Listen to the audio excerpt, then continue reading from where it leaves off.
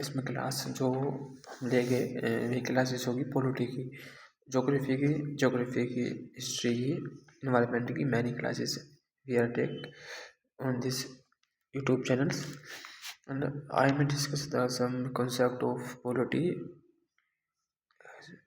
and which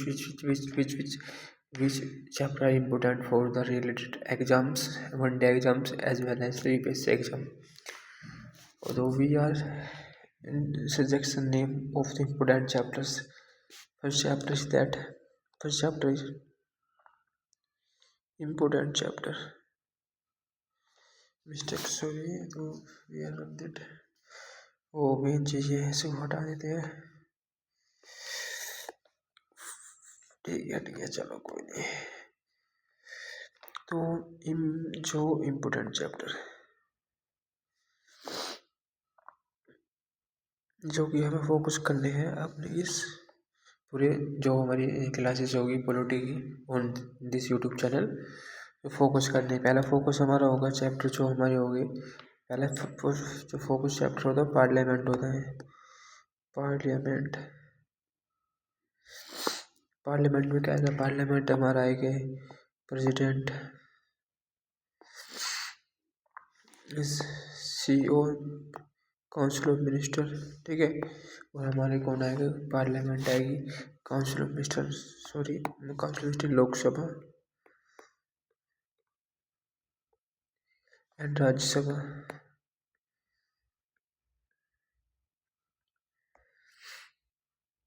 और लोकसभा के अंदर क्या आएगा हमारे COM मिनिस्टर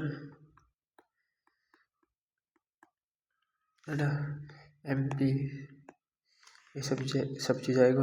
राज्यसभा हमारे आएगी, वाइस प्रेसिडेंट होगी कौन होते हैं, ठीक है। ये सब चीज़ अलग से पढ़ते हैं। वैसे वाइस प्रेसिडेंट इसलिए लिखा है क्योंकि वाइस प्रेसिडेंट जो होते हैं चेयरमैन होते हैं इसके अपने राज्यसभा के, ठीक है।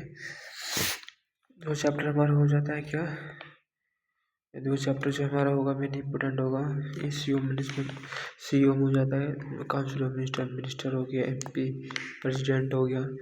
फिर हमारा आता है जुडिशरी में आया हमारा क्या, चीफ जस्टिस ऑफ इंडिया, है ना, high court, supreme court and district court, ठीक है। कोर्ट हो जाएगी, डिस्ट्रिक्ट कोर्ट हो जाएगी, और डिस्ट्रिक्ट कोर्ट हो गया मेरी जितनी अपनी डिस्ट्रिक्ट कोर्ट हो गई and many court, district court होगी, मैनी कोर्ट होती है।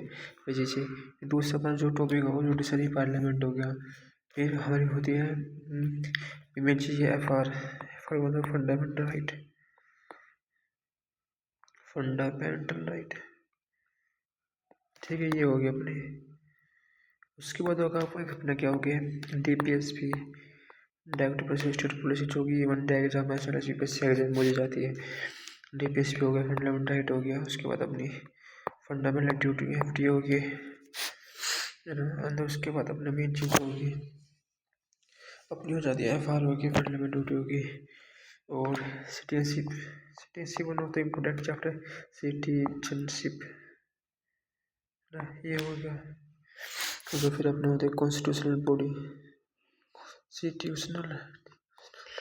होती है अपनी, ये होती है, ठीक है। नॉन कॉन्स्टिट्यूशनल बॉडी इम्पोर्टेंट है, लेकिन फिर भी पढ़ना एक बार पढ़ लेनी चाहिए, कोई ऐसे सुने ही नॉन कॉन्स्टिट्यूशनल बॉडी। उसके बाद आती है अपनी क्या,